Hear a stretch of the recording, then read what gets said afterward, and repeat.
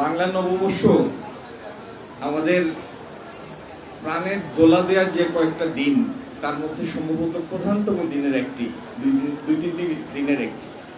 আর এই বাঙালি সংস্কৃতির সব থেকে উল্লেখযোগ্য দিন হচ্ছে প্রত্যেকটা বর্ষের আজকের দিন। গত ১.৫ দশকের বেশি সময় প্রত্যেকটা বৈশাখ মানুষের মধ্যে একটা আতঙ্ক সৃষ্টি করত যে এইবার কি স্বাভাবিক বর্ষবরণ হবে নাকি কোনো একটা অপ্রত্যাশিত অস্বাভাবিক কিছু একটা হবে।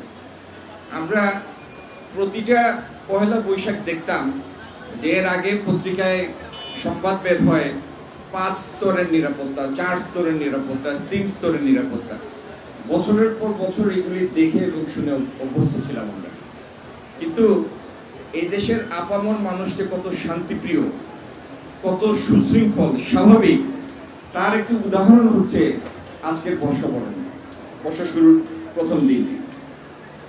যে সংখ্যায় যে পরিমাণে মানুষ ঘরবাড়ি থেকে বেরিয়ে এসে উৎসবগুলিতে অংশ নিয়েছেন, শুধু ঢাকায় না, সারা দেশে অভূতপূর্ব সংখ্যা, অভূতপূর্ব সংখ্যা। এবং শৃঙ্খলারও কোনো অভাব নাই, সমস্যা নাই, নিরাপত্তারও কোনো অভাব নাই, কারণ আমরা তো স্বাভাবিকভাবে শান্তিপ্রিয় মানুষ। যাই হোক, দীর্ঘদিন বিভিন্ন নেগেটিভের আড়ালে আমাদের স্বাভাবিক জীবনযাত্রার ব্যাহত করার একটা প্রয়াস চালু ছিল।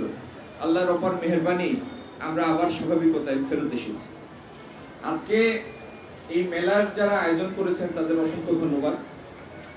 এই মেলাটি শুধু ব্যবসায়িক কোনো উদ্দেশ্য না, আমাদের অর্থনীতির মাত্র 15% হচ্ছে ফর্মাল ইকোনমি, আর বাকি 85% হচ্ছে ইনফর্মাল ইকোনমি।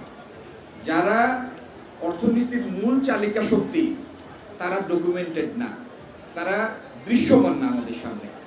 সেই খাতাপত্রের দৃশ্যমান না অংশের একটা অংশ হচ্ছে আমাদের সামনে আজকে যারা ইনফর্মাল ইকোনমির একটা পার্ট, আমাদের এমএসএমই।